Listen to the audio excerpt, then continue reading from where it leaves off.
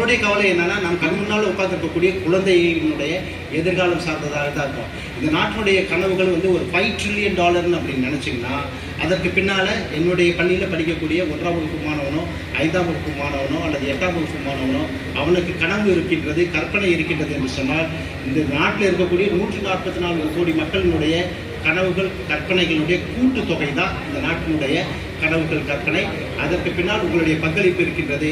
அதற்கு முத்தாய்ப்பாக நம்முடைய முதன்மை கல்வி அலுவலர் பணி நிறைவு, அவருடைய பங்களிப்பு, அவருடைய பணியை மிகச்சிறப்பாக செஞ்சிருக்காங்க, அதில் மாற்றுக்கிறதே கிடையாது. அதான் இந்த ஓவர்வெல்மிங் ரெஸ்பான்ஸ் இல்லைங்களா சார்? இவ்வளோ பேர் இவ்வளோ நேரத்தை செலவழிப்பது எனக்கு இது பெருசாகவே தெரியல.